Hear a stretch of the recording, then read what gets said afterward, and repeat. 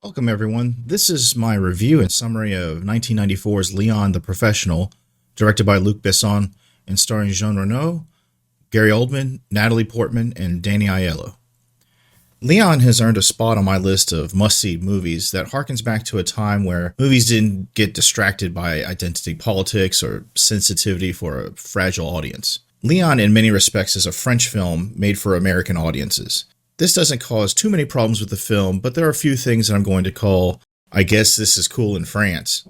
According to my inside source, the internet, most of the interior shots were done in France, while the outside shots were done in New York or Los Angeles.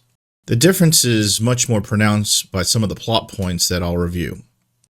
Before we start, I need to mention that Leon the Professional has an amazing soundtrack, including Shape of My Heart by Sting, which ends the movie and carries additional weight due to the plot points in the movie.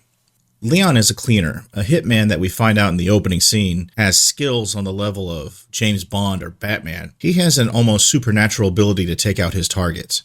I hesitate to call them enemies since he's essentially a contract worker. Nothing personal, just business. Leon lives in a dumpy New York apartment with his only other family member, his plant. Next door to Leon lives Queen Padme herself, Natalie Portman. I believe this was her first role in a major motion picture.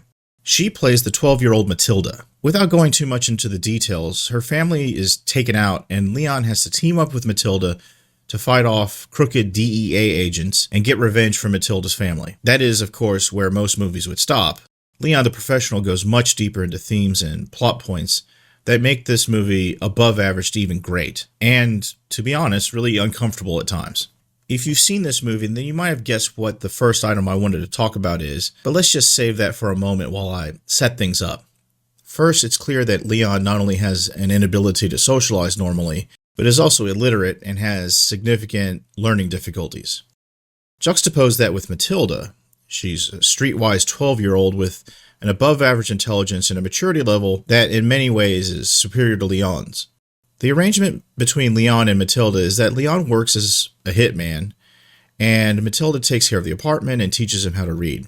The true exchange is Matilda teaches Leon to be less robotic and more human. Leon teaches Matilda that you don't have to grow up to be a monster like all the adults in her life, which leads me to the part that's going to make some people squirm. Matilda immediately falls in love with Leon. This is the main I guess this is cool in France part. She's been surrounded by terrible people her whole life, and when she meets Leon, he is likely the first person to show concern for her and her well-being. For the American release of Leon, they really didn't get too deep into the subject, but for the international version, they really get into the topic. Personally, I don't feel it crosses the line, but it gets all the way up to the line.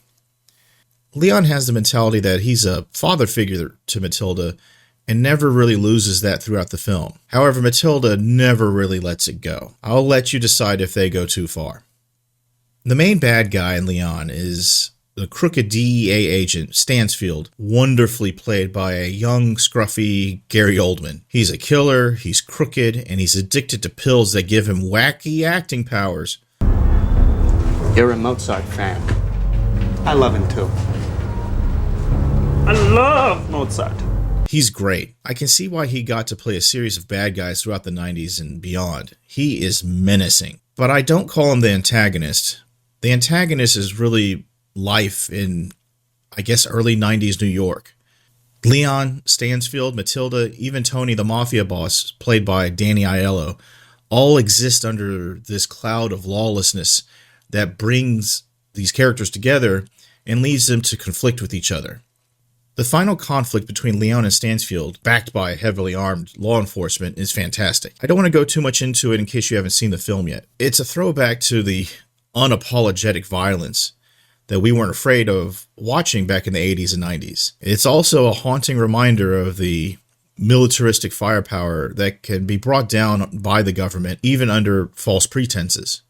I won't say that our protagonists, Leon and Matilda, are innocent, but Stansfield, as a member of the federal government, has the power to essentially use the weapons of the government to pursue his personal goals. It doesn't get too preachy about it, but sometimes I wonder if one day I'll be that illiterate French man pretending to be an illiterate Italian man surrounded by military hardware. This leads me to my final point. I can't end this review without mentioning that Jean Reno, who plays Leon, has a very strong French accent. When it's mentioned that he's supposed to be Italian, it's like, what? Also, Gary Oldman, one of our best actors, is trying to pull off an American accent. I mean, points for effort, but yikes. I haven't got time for this Mickey Mouse bullshit! So let's assess Leon the Professional. Cinematic quality. This is an overall score compared to what is considered by many to be the great movies of all time. I give it a 3 out of 4. It's great, dramatic, action-packed, great acting. I love it. Rewatchability. This is a chance that I'd leave it on if it came on TV or pop it on if I had some time to relax. Even if it's the 10th time I've watched it, I'd say a 3 out of 4. The pacing is good and the plot moves along without anything I would consider to be filler. There are some scenes in the international version that I can tell why they cut them. Party score. Would I put it on if others came over to hang out? 3 out of 4. It's got enough action to not be too subtle. The acting is fantastic, so there's no issue there. Additionally, there's a bit of controversy, so you'll have something to talk about with your friends. Memeability. How many scenes, quotes, or concepts repeat themselves post-release? I have to give this a 2 out of 4. I almost gave this a 1.